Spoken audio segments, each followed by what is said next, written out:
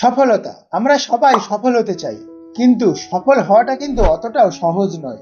আমরা জানি যে সফল হওয়ার জন্য প্রথমত আমাদের মধ্যে কিছু গুণ থাকা প্রয়োজন, এবং দ্বিতীয়ত আমাদের মধ্যে থাকা কিছু দোষ এবং ত্রুটি ত্যাগ করার প্রয়োজন। সফল হওয়ার জন্য আমাদের কোন গুণগুলো থাকার প্রয়োজন, সফল হতে গেলে আমাদের কি করতে হবে, এই নিয়ে আমরা আগেই ভিডিও বানিয়েছি। যারা এখনো পর্যন্ত সেই ভিডিওটি দেখেননি তারা উপরের আই বাটনে ক্লিক করে সম্পূর্ণ ভিডিওটা দেখে নিতে পারেন। আজকের ভিডিওতে আমরা আলোচনা করব সফল হওয়ার জন্য আমাদের মধ্যে থাকা কিছু দোষ, যেগুলো আমাদেরকে ত্যাগ করার প্রয়োজন, সেই সম্বন্ধে। যদি আপনার মধ্যে এই 7টা দোষ থাকে তাহলে কিন্তু আপনি কখনোই সফল হতে পারবেন না, এমনকি আপনার ব্যর্থতা নিশ্চিত। তাই আপনাকে সফল হওয়ার জন্য সবার প্রথমে এই 7টা দোষ ত্যাগ করতে হবে, তাহলে আপনিও হতে পারবেন একজন সফল ব্যক্তি। তাই চলুন আর দেরি না করে ভিডিওটা শুরু করা যাক। নাম্বার 1, অতিরিক্ত তাড়াহুড়ো করা। সফল হওয়ার জন্য সবচেয়ে বড় বাধা হচ্ছে অতিরিক্ত তাড়াহুড়ো করা। যদি আপনি যে কোনো কাজে অতিরিক্ত তাড়াহুড়ো করেন তাহলে কিন্তু আপনার ব্যর্থতার চান্সই বেশি থাকবে। তাই অতিরিক্ত তাড়াহুড়ো করে কোনো কাজ শুরু করবেন না। কোনো কাজ প্ল্যান মাফিক করুন এবং সেই কাজটা ধীরে সুস্থে শুরু করুন এবং সেটা পারফেক্টভাবে করার চেষ্টা করুন, তাহলে সফলতা আসবেই আসবে। নাম্বার 2, খুব তাড়াতাড়ি ফলাফল চাওয়া। যদি আপনি কোনো কাজ শুরু করার সাথে সাথেই ফলাফল চান তাহলে কিন্তু সেটা আপনার সফলতা নয়, ব্যর্থতার কারণ হতে পারে। তাই কোনো কাজ শুরু করার সাথে সাথেই তার ফলাফল চাইবেন না। কাজ করতে থাকুন, একদিন আপনি তার ফল অবশ্যই পাবেন। নাম্বার 3, ব্যর্থতার ভয়। কোনো কাজ শুরু করার আগেই সেই কাজ নিয়ে ব্যর্থতার ভয় আমাদেরকে অসফল হতে সাহায্য করে, আমাদেরকে ব্যর্থ হতে সাহায্য করে, এমনকি আমাদের জীবন থেকে অনেক সুযোগ নষ্ট হয়ে যায় এই ব্যর্থতার ভয়ের কারণে।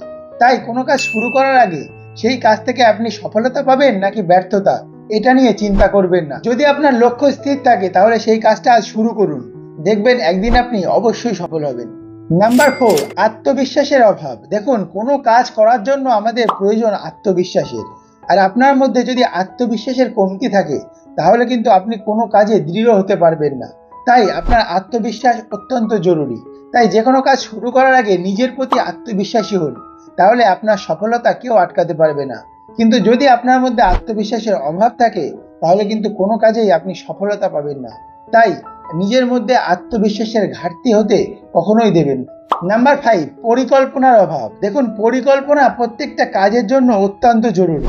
যদি আপনি সঠিক পরিকল্পনা না করে কোনো কাজ শুরু করেন তাহলে কিন্তু আপনি মাঝপথে আটকে যেতে পারেন। তাই কোনো কাজ শুরু করার আগে সঠিক পরিকল্পনা তৈরি করুন এবং সেই পরিকল্পনা অনুযায়ী কাজ করুন, তাহলে আপনার সফলতা কেউ আটকাতে পারবে না। নাম্বার 6, সহজেই হাল ছেড়ে দেওয়া। দেখুন, এই সমস্যার কারণে অনেক প্রতিভাবান এবং বুদ্ধিমান মানুষও অনেক সময় হেরে যান, তারা ব্যর্থ হন। তাই যদি কোনো কাজে আপনি সহজেই সফলতা না পাওয়ার পর হাল ছেড়ে দেন তাহলে কিন্তু আপনি সফলতার খুব কাছাকাছি এসেও হেরে যেতে পারেন, ব্যর্থ হতে পারেন। তাই সহজে হাল ছেড়ে দেবেন না, সেই কাজের শেষ পর্যন্ত চেষ্টা করতে থাকুন এবং একবার, দুবার বা 3বার ব্যর্থ হওয়ার পরেও সেই কাজটাকে পুনরায় চেষ্টা করুন, আরো একবার চেষ্টা করে দেখুন, অবশ্যই আপনি একদিন সফল হবেন।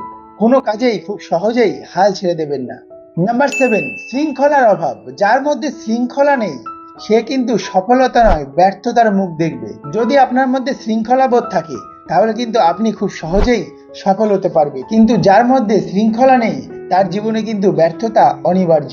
ঝুঁকি নিতে ভয় পাওয়া। যদি আপনি কোনো কাজে ঝুঁকি না নিতে পারেন তাহলে কিন্তু আপনি কখনোই সফলতার শিখরে পৌঁছাতে পারবেন না। আপনি যে কোনো সফল মানুষদেরকে খেয়াল করলে দেখতে পাবেন প্রত্যেকেই কোনো না কোনো সময় কোনো না কোনো ভাবে ঝুঁকি নিয়েছে। এই রিস্ক যদি আপনি জীবনে না নিতে পারেন তাহলে কিন্তু কখনোই আপনি সফলতা আশা করবেন না, কারণ যে কোনো কাজেই রিস্ক থাকে, আর আপনি রিস্ক নিয়ে সেই কাজটা শুরু করলে তবেই একদিন আপনার সফলতা আসবে।